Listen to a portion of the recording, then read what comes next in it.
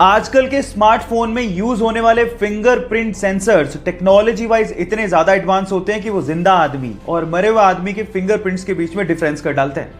मतलब ये हुआ कि मान लीजिए आपने किसी मरे हुए आदमी के फोन को उसी के फिंगरप्रिंट से खोलने की कोशिश करी तो फिंगरप्रिंट सेंसर्स उसे सेंस करके अनलॉक होने ही नहीं देगा। ये ऐसा इसलिए होता है क्योंकि मरने के बाद हमारे फिंगरप्रिंट सिकुड़ने लगते हैं, जिसे फिंगरप्रिंट सेंसर आइडेंटिफाई कर लेता है और फोन को कभी अनलॉक नहीं होने देता। इतनी एडवांस टेक्नोलॉजी आप लोग अभी यूज कर रहे हैं। गाइस, क्या आप लोगों को पता है कि भारत देश के हर सिक्के के सन के नीचे एक ऐसा निशान बना होता है जिसे देख के आप अंदाजा लगा सकते हो कि सिक्का कहां पे ढाला गया है। जी हां गाइस, अगर डायमंड बना हो तो यह सिक्का मुंबई में ढाला गया है, अगर डॉट बना हो तो यह सिक्का नोएडा में ढाला गया है, अगर स्टार बना हो तो यह सिक्का हैदराबाद में ढाला गया है, और अगर कुछ भी नहीं बना हो तो यह सिक्का कोलकाता में ढाला गया है। क्या आपको इसके पहले तक इफेक्ट पता? गोल्ड यानी कि सोना रईसी की पहचान मानी जाती है, लेकिन सवाल यह है कि अर्थ की क्रस्ट में तो बहुत सारे मेटल मिलते हैं, फिर गोल्ड को ही इतनी तवज्जो क्यों दी जाती है? मैं आपको बताता हूं। गोल्ड एक ऐसा मेटल है जिसपे कभी जंग लगती ही नहीं है।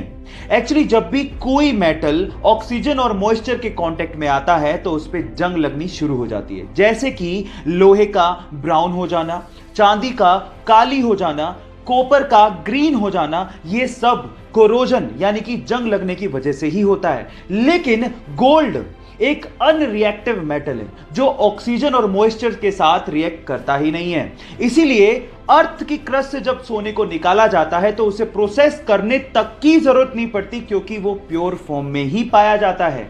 क्या इसके पहले तक गोल्ड की एक खासियत आप लोगों को पता थी? और अक्सर आप लोगों ने हवाई जहाज में लगे ब्लैक बॉक्स के बारे में सुना होगा।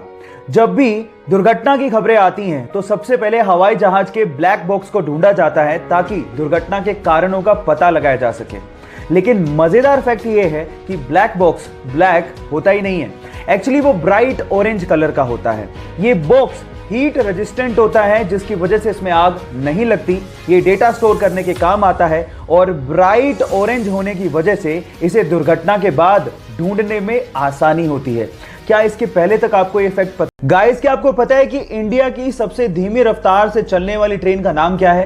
डोंट वरी, मैं आपको बताता हूं। सबसे धीमी रफ्तार से चलने वाली ट्रेन का नाम है मेट्टुपालयम ऊटी नीलगिरी पैसेंजर ट्रेन, जो कि मात्र 10 किलोमीटर पर आवर के हिसाब से चलती है, जो कि हमारे ही देश की सबसे फास्टेस्ट ट्रेन से लगभग 16 गुना धीमे चलती है। अब आप लोग सोच रहे होंगे कि इससे बढ़िया तो मैं पैदल ही निकल जाऊं, लेकिन ये ट्रेन इसलिए इतना धीमे चलती है क्योंकि ये ट्रेन पहाड़ों से होकर निकलती है। लेकिन जब आप इसकी सवारी करेंगे और बाहर का नजारा देखेंगे तो आप इतने मंत्रमुग्ध हो जाएंगे कि आप लोग ये शुक्र मनाएंगे कि ये ट्रेन इतना धीमे चलती है। क्या आपको इसके पहले तक ये फैक्ट पता था? और